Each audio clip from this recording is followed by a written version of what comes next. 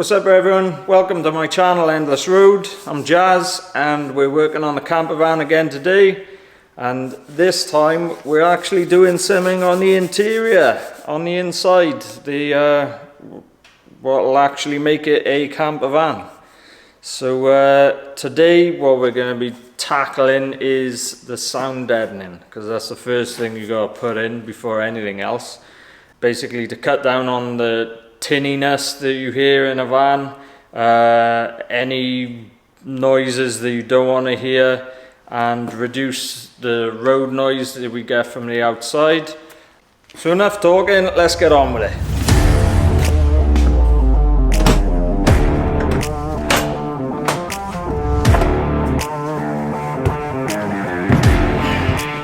Right, so I won't bother showing you the entire van because that's just boring. So what I will show you is just this 1/4 panel, then I'll show you the rest of it completed after this. So obviously it comes in sheets like this, and then you just cut them with a pair of scissors however you want. What I would recommend is wearing some, you know, my favourite, some gloves, but some like tough gloves, because when you press these down, the tin foil edges, they can be quite sharp, and I did notice my fingers getting cut. So all you have to do is just cover it, you know, evenly spaced out, so there isn't no big expanses of flat steel that can cause vibrations. So I've cut it already how I want it. I just copied the other side, what I've already done. So you just peel off the back in, and then make sure the panel is free of any dust and dirt and what have you, grease, etc. And then just press it on evenly so that it's all stuck down. Get another one then, and we'll stick this one back with it.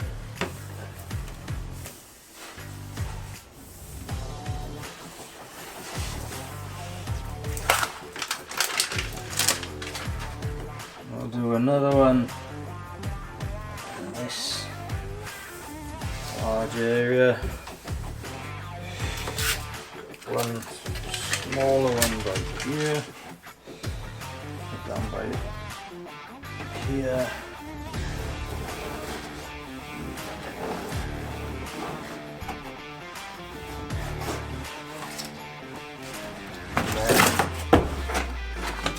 As it happens, I haven't cut it correctly, so what I'll do is cut another one.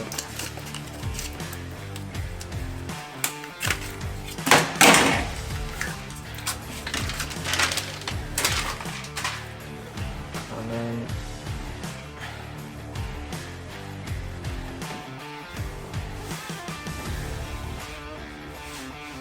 stick that one there.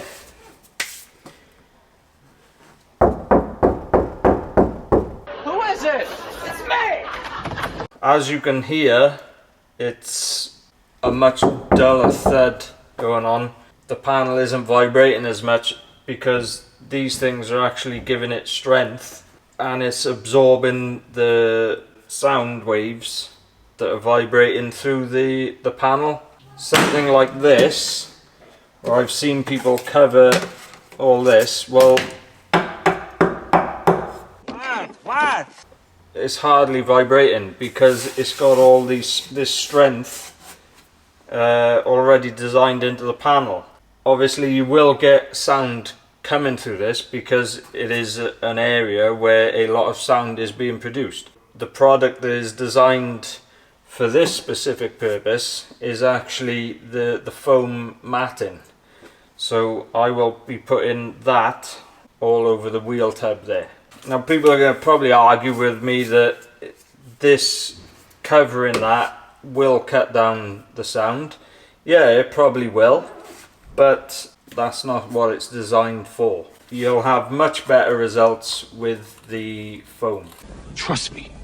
There'll also be people disagreeing with me about spacering them about, and they'll much rather put entire panels butted up against each other so that the whole thing is covered in this stuff. Yeah, you can do that, there's nothing stopping you from doing that, but I've used already on this van, which is just a long wheelbase traffic, so I've probably used about 30 sheets of this.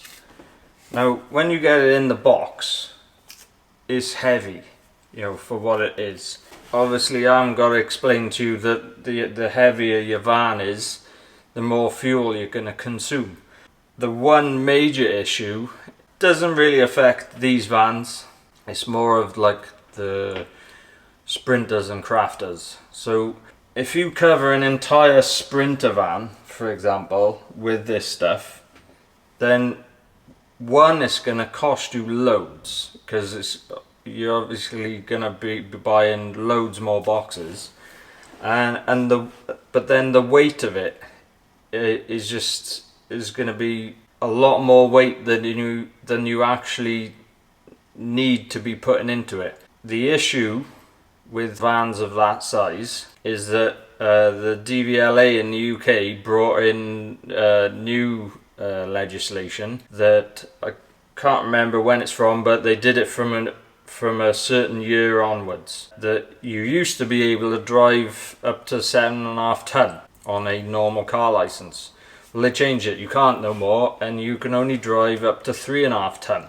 The problem that people are having with these Sprinter and Crafter and the like camper vans is that obviously if you get a long wheelbase one, then that's quite heavy to start off with. I don't know the specific figure. Then they're putting all their sound deadening and their units and stuff, plus all the stuff you're going to carry, you know, food and supplies, tools, etc. Well, before they know it, they're overweight and they can't drive the camper van, and then they're getting pulled over by the DVLA and they're getting a fine. If they've gone and put packs and packs of this stuff covering every square inch of the van, then they go rip out the entire camper van and start again, so they can peel this stuff back off again to save weight, so they can drive the camper van. It's not designed to have to cover every part of the panel. That's my advice. You don't have to take it. Just show you again on the roof. What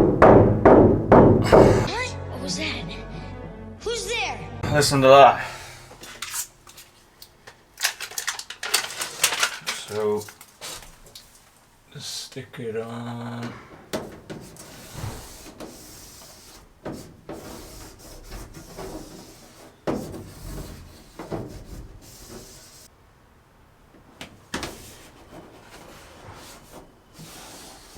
I'll try 3, and then if it needs any more, then I can cut some little strips.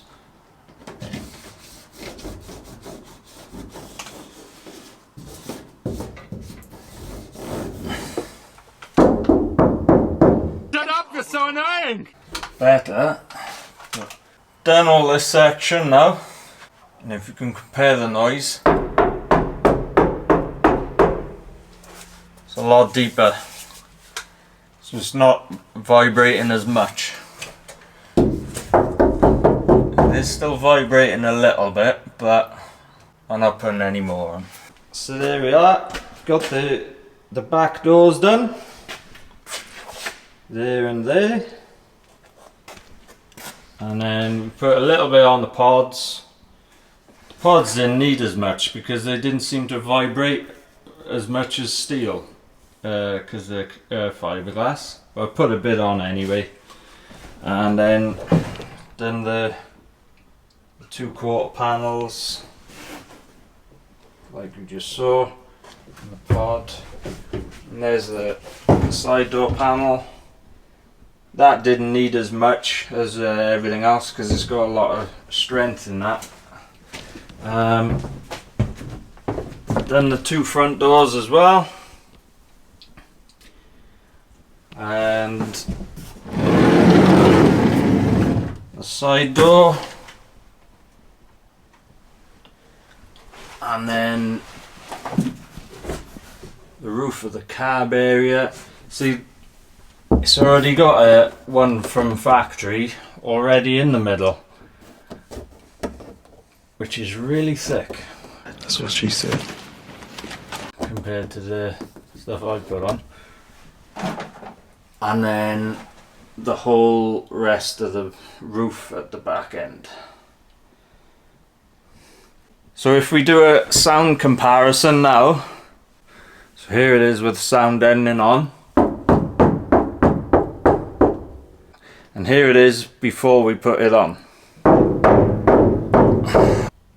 So as you can notice, there's a considerable difference. Before we put the sound deadening on, it's vibrating a lot. Now that we've put it on, it's a much duller sound and it's not vibrating as much. That will cut down all the nasty tinny sound that you will get if you hadn't done it. Another top tip while you're in the middle of sound deadening your camper van, any of the internal structure that then meets the exterior panels and is bonded to them, so like this panel here goes underneath there and is then bonded to this panel, that bond can dry out in its lifetime and actually separate from the surface it's joined onto. And for example, this one here, I don't know whether you can see that, isn't touching that no more because the sealer's all dried up. I don't know what sealer they use from the factory, but it tends to, there you are.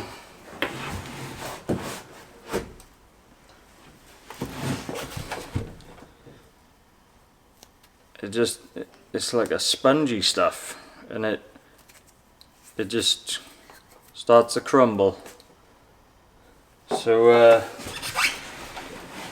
before you start putting any insulation in, go around your van and have a look at any bits that are joining onto the exterior panels and see if you can grab them and pull them away, and if you can, scrape off the rubbish sealer and put some new stuff on there, because if you don't, when you're driving along, that'll vibrate like hell.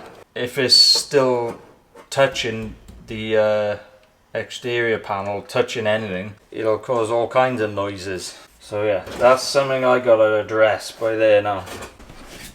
For example, this panel here, this part of the internal structure, when I repaired the damage that was on the quarter panel down there on the outside, I pried this up and outwards so I could gain access down there, and it just pulled off of that. All this sealer broke and it just pulled off. So I've now pressed it back into place how it should be and put a nice bead of polyurethane sealer across, and to stick it back together again, and that shouldn't dry out and crack and split like the original stuff does.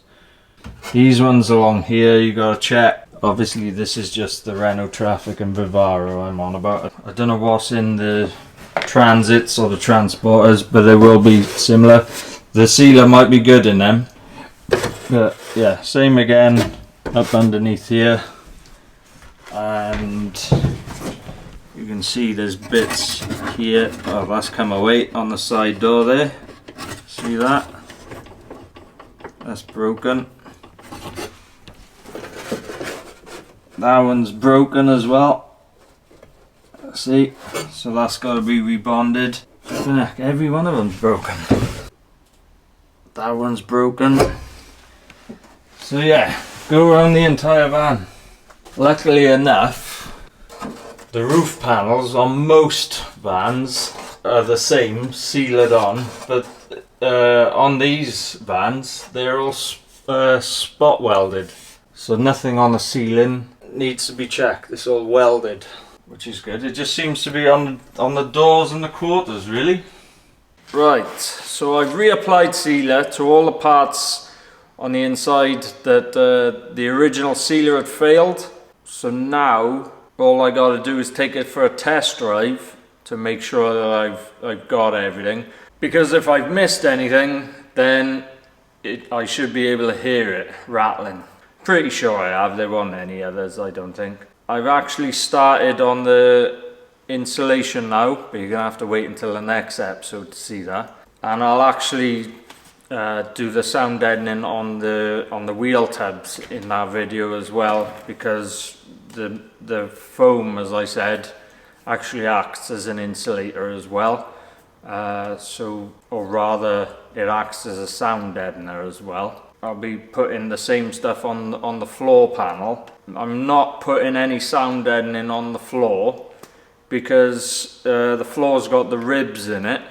There are a few areas where the floor doesn't have these ribs, but that's where I need to put floor battens. And if I'm bonding them to the floor, then that'll act as the same type of thing as sticking down a sound deadening mat anyway, and then fill in any voids then with the foam. So yeah, that's pretty much it for this video. If you've got any questions, pop them in the comments and I'll answer them at the end of the next video. Take a look at the Instagram build and click on the subscribe button to keep up to date on the progress, and I will see you in the next one.